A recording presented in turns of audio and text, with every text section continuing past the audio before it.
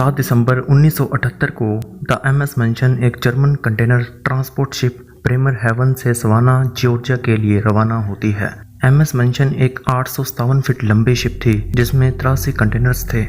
मंशन में करीब 28 crew members थे जिसकी टॉप स्पीड करीब 33 किलोमीटर पर हावर्स तक थी। यह जर्नी करीब 9260 किलोमीटर लंबी थी। दिसंबर से पहले नवंबर से ही समुद्र में भारी स्टॉर्म्स आ रहे थे, लेकिन मंशन की ताकत को ध्यान में रखते हुए इन स्टॉर्म्स को नजरअंदाज किया गया। जर्नी नॉर्मल शुरू होती है। कॉलिंग के जरिए शिप कनेक्टेड थी, लेकिन तारीख आती है 12 दिसंबर रात के करीब 3 बजे जब शिप अपना आखिरी डिस्ट्रेस कॉल सेंड करती है, लेकिन जब रिस्पॉन्स दिया गया तब तक उसका कनेक्शन टूट चुका था। जब कोई रिस्पॉन्स नहीं आया तो कनेक्शन टूटने के कारण 100 जहाज और 16 एयरक्राफ्ट के जरिए शिप को ढूंढने का रेस्क्यू शुरू होता है। शुरुआत में कुछ नहीं मिला, लेकिन करीब 2 दिन बाद 14 दिसंबर को आखिरी डिस्ट्रेस कॉल वाली जगह पर कुछ लाइफ राफ्ट्स मिलती है जो बिल्कुल खाली थी। साथ ही 3 कंटेनर्स भी मिले। इसके बाद भी रेस्क्यू ऑपरेशन कंटिन्यू रहता है, लेकिन लाख कोशिश के बावजूद कुछ नहीं मिला।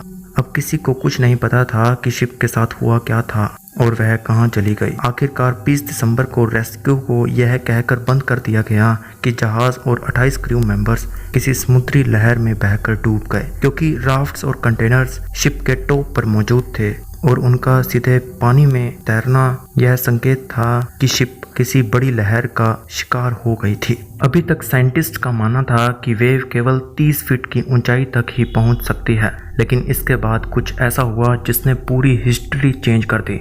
दिन था 1995 का, नए साल का, मतलब 1 जनवरी 1995 का। डॉप्लर ऑयल इंस्टॉलेशन जो स्कॉटलैंड और नॉर्वे के बीच मौजूद है, इसमें एक नीचे की तरफ पॉइंटिंग लेजर भी थी जिससे समुद्र की कंडीशन स्टेट को रिकॉर्ड पता किया जाता था। इसने करीब 25 मीटर्स यानी 85 फीट ऊंची वेव को रिकॉर्ड किया। यह वेव केवल एक साइड ही आई थी और इसके दूसरे साइड वेव केवल 38 फीट की ऊंचाई पर ही आई थी। इस वेव को साइंटिस्ट ने नाम दिया रॉक वेव, जो अब तक की सबसे ऊंची वेव थी। 1980 में एसो लैंग्वेडोक नाम के टैंकर पर मौजूद फिलिप लेजर ने सफर के दौरान एक फोटो को क्लिक किया। फोटो को डीप स्टडी करने के बाद पता लगा कि वेव की ऊंचाई करीब 30.5 मीटर्स ऊंची थी।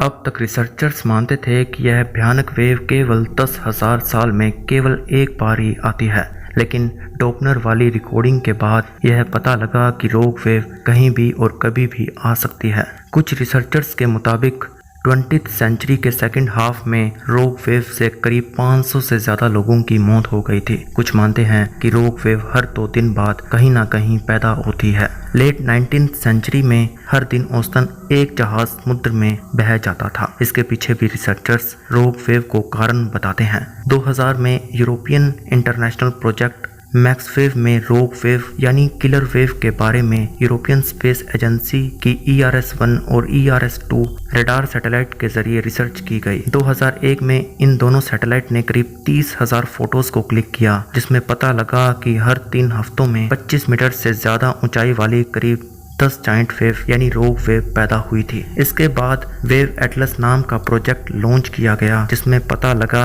कि Agulhas, Bermuda, Cape Horn, Newfoundland, the Greek coast पर यह सबसे ज्यादा पैदा होती है। इन वेव की रफ्तार करीब 120 किलोमीटर पर हावर्स तक होती है। 2005 में पता लगा कि हर हफ्ते 2 शिप्स समुद्री हादसे का शिकार होती है। किलर वेव यानी रॉक वेव करीब 4 प्रकार की होती है। Solitary wave, 3 sisters, a hole in the sea, square wave. Solitary wave, इस वेव में एक रॉक वेव पैदा होती है जिसकी हाइट करीब 100 फीट तक होती है। For example, Norwegian dream cruise ship के पो पर रॉक वेव लगी थी, जिसका रिजल्ट आपके सामने है। 3 सिस्टर वेव, इसमें एक साथ 3 रॉक वेव पैदा होती है, जिसमें से बीच वाली सबसे घातक होती है। 3 सिस्टर का हादसा विलस्टार नाम की शिप के साथ हुआ था। ए होल इन द सी, इसमें 2 औसतन ऊंचाई वाली वेव टकराकर गहरा गड्ढा बनाती है और बीच में आने वाली कोई भी चीज नीचे डूब जाती है। स्क्वायर वेव्स, इसमें वेव्स कुछ इस तरह से राइट एंगल पर जुड़ती है और बीच में आने वाली चीज डूब जाती है। क्रूज लिनियर ग्रैंड वॉयेजर की वीडियो को आप देख सकते हैं कि किस तरह एक तरफ यह शिप डूब रही है। अब जानते हैं कि रॉक वेव पैदा कैसे होती है। Theory number 1, linear wave addition. एक वेव में दो मेन पार्ट्स होते हैं, क्रेस्ट और ट्रफ। जब क्रेस्ट क्रेस्ट के साथ और ट्रफ ट्रफ के साथ मिलता है तो वेव की हाइट कुछ इस तरह बढ़ती रहती है और आखिरकार वह किलर यानी रोग वेव बन जाती है। Theory number 2, non linear focusing theory. कई छोटी छोटी वेव्स की एनर्जी जब इकट्ठी होती है तो एक बड़ी वेव में बदल जाती है। National oceanic and atmospheric station wave watch 3 नाम के प्रोजेक्ट पर काम कर रहे हैं, यह पता लगाने के लिए कि वे कहां और कब पैदा होगी ताकि हादसे से बचा जा सके, जो अभी भी कंटिन्यू है। रिसर्चर्स के मुताबिक किलर वेव केवल 10 से 15 सेकंड्स में पैदा हो जाती है। तो दोस्तों, यह थी वह घातक वेव। अगर आपको इस वीडियो से कुछ भी नया सीखने को मिला है तो चैनल को विद बेल आइकन के साथ सब्सक्राइब जरूर से कीजिएगा और कमेंट सेक्शन में आपकी राय जरूर से दीजिएगा। मिलते हैं अगली किसी वीडियो में, तब तक के लिए गुड बाय।